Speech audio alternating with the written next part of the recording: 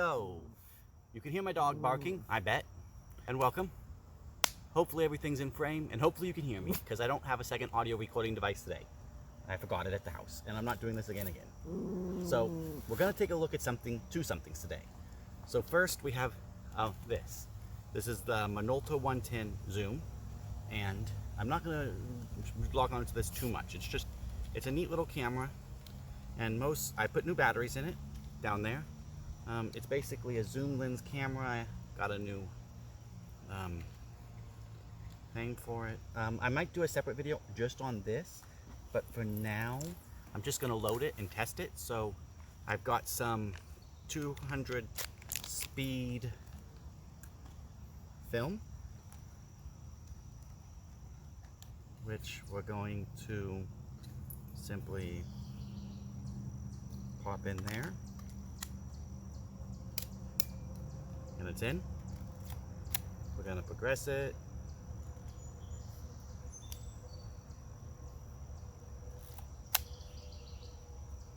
That's worrying. Oh, I want to set it to an aperture of, let's say, 6.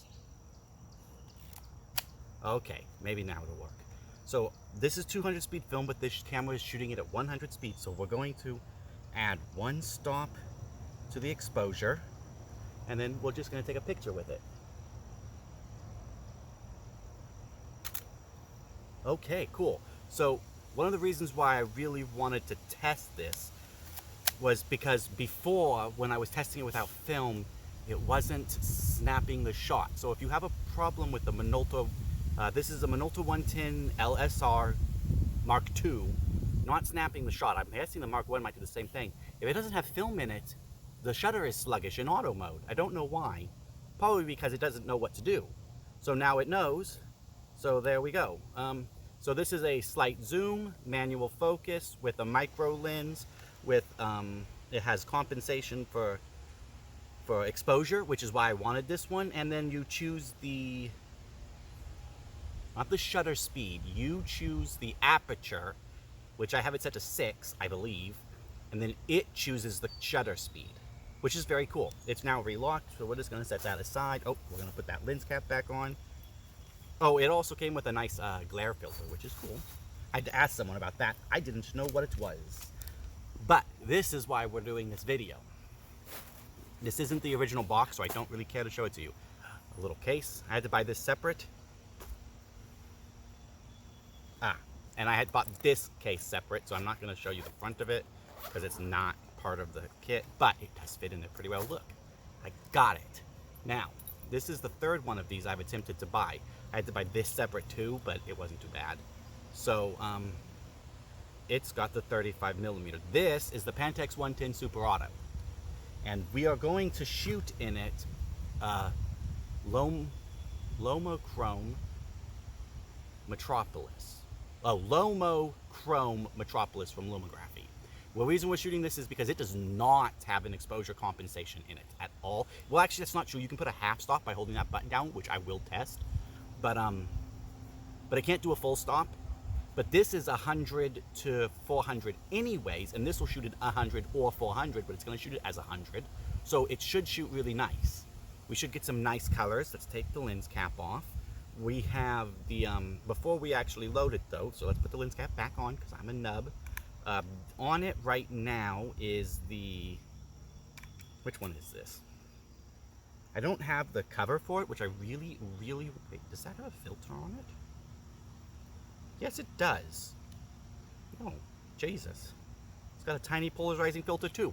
That's really cool. I will remember that's on there. So this is the 24mm. I believe that's the 35mm equivalent, but I could be wrong. Ooh, that filter is really hard to thread.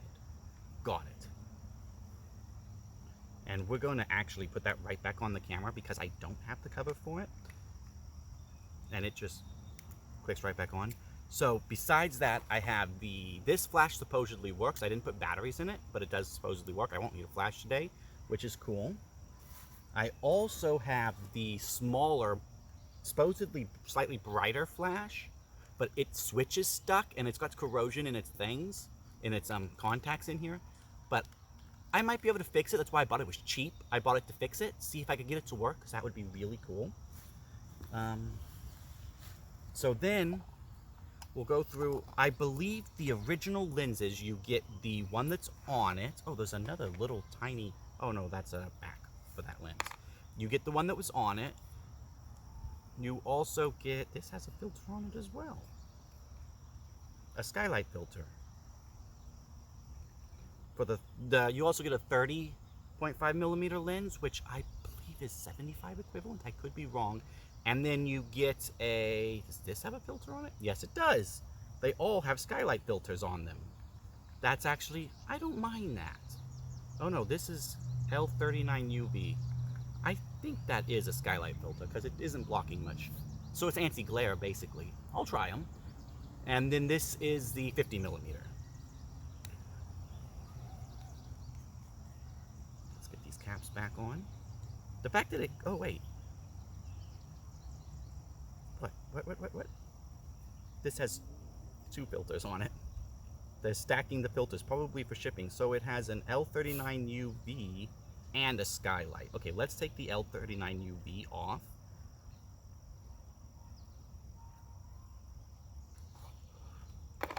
Oh, the skylight filter is actually filthy on this, but I'm not going to shoot this today anyways. I don't have my cleaning kit with me. So we're going to, so actually, let's just keep both of these on, because I'm not going to shoot with these anyways today, and that'll keep them both protected. So then we have those. Those are the original that would have came with the kit. I don't know if you could actually buy the Super in a kit, but if you bought the original, it would have come in the kit, the non-Super. So then I also have this, which is, these are I bought separate, so they won't have the filters. This is the 20 to 40 millimeter. So this is actually, I'm not entirely sure how this works because it only has one ring. You only twist it in one spot, but somehow that controls the zoom and the focus. So I'm assuming it's just focusing somewhere towards the middle of the zoom and then further out as you go further away and then closer up as you come closer. I don't know, but it'll be fun to try it out and find out. All right, I'm shooting this clip after I shot the main clip, and I'll probably sneak it in somewhere. I just realized something. I said I didn't know how the 20 to 40 millimeter lens worked. And I was honest, I didn't know how it worked. But I was wrong. You don't just turn it. If you can see, it actually slides in and out to choose how far away you're looking. That is so cool. Oh, that's cool. And then besides that, I have this one, which is the 70 millimeter, which is the most zoom, but you only focus with this, so it's all zoom all the time.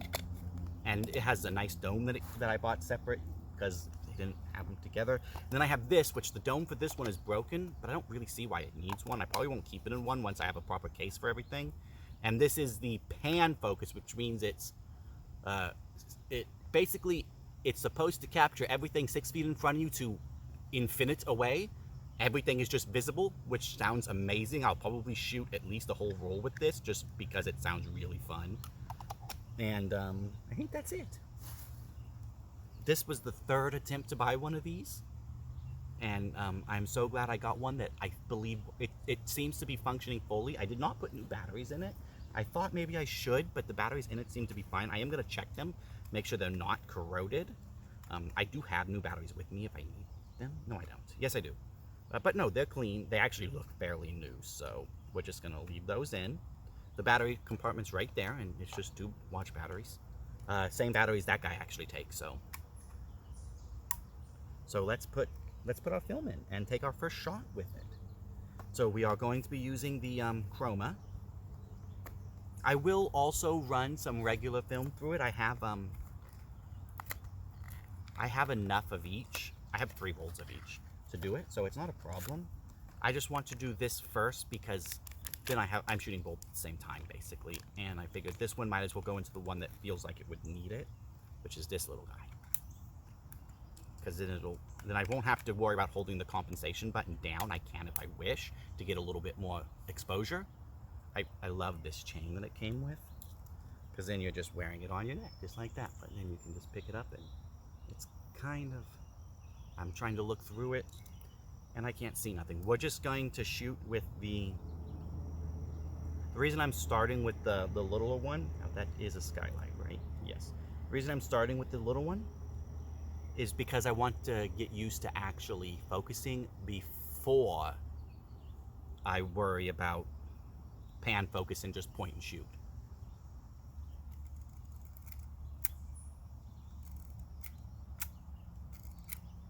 Okay, it's the number one. There's a tree down there. Get the tree in focus and take a picture of it. It has a timer mode, an auto mode, and a lock mode. So it literally decides everything, and it actually does it very interestingly because more of the mechanism is in the camera than in the lens than a standard issue LSR. In fact, only the focusing mechanism is in the camera or in the lens. The aperture and everything else is in the very teeny little camera.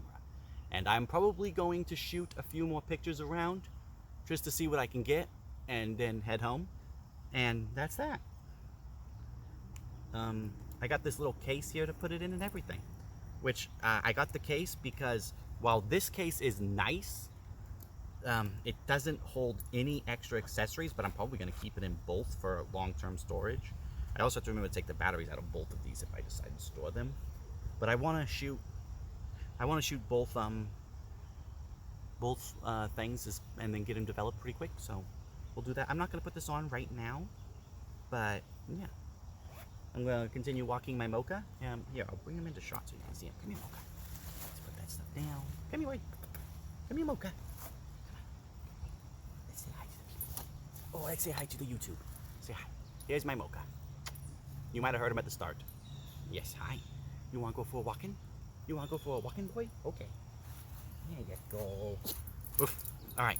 Thank you all for watching. Bye-bye.